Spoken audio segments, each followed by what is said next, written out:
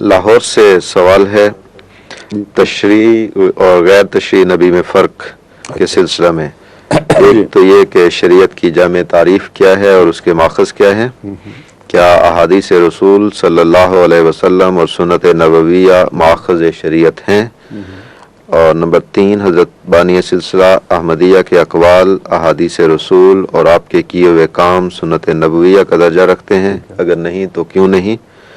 کیا حضرت باری کریں لمبے سوال میں جی کافی لمبے تو پہلا ہے کچھ حصے کو جی بیان کر ٹھیک ہے سکیں، جی۔ باقی گناہ کر سکیں۔ پہلا ہے کہ شریعت کی جامع تعریف کیا ہے اور اس کے ماخذ کیا ہیں۔ شریعت کی جامع تعریف یہ ہے کہ وہ ضابطہ حیات جو خدا تعالیٰ انسان کو اپنے رسول کے ذریعے عطا فرمائے، اس کا نام شریعت ہے، اور یہ شریعت کے 2 حصے ہیں۔ وہ ضابطہ حیات جس کا عبادات سے تعلق ہے، یعنی بندے اور خالق خدا اور بندے کے درمیان رشتہ کیسے استوار ہوتا ہے، کیا کیا کرنا چاہیے،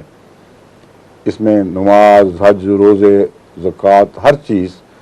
جو خدا کی خاطر، خدا کی خوشنودی کے لیے کی جاتی ہے وہ عبادت بن جاتی ہے۔ اور اگرچہ زکوٰۃ کا ایک تعلق بنی نوع انسان سے بھی ہے، مگر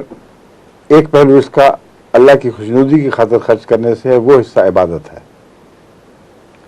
دوسرا پہلو ہے حقوق انسانی کا۔ شریعت کا دوسرا پہلو انسانی حقوق سے تعلق رکھتا ہے،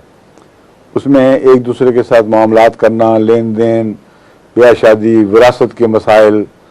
یہ ساری چیزیں جو آ جاتی ہیں یہ شریعت کے دوسرے حصے سے تعلق رکھتی ہیں۔ بس شریعت کی جامع معنی تعریف یہ ہے کہ وہ ضابطہ حیات خواہ وہ بندے اور خدا سے تعلق سے بندے اور خدا کے آپس کے روابط کے دائرے سے تعلق رکھتا ہو، یا انسان اور انسان کے آپس کے روابط کے دائرے سے تعلق رکھتا ہو، دونوں شریعت کا جز ہیں، اور اس کا نام شریعت ہے، وہ ضابطہ حیات جو ان دونوں باتوں سے تعلق رکھنے والا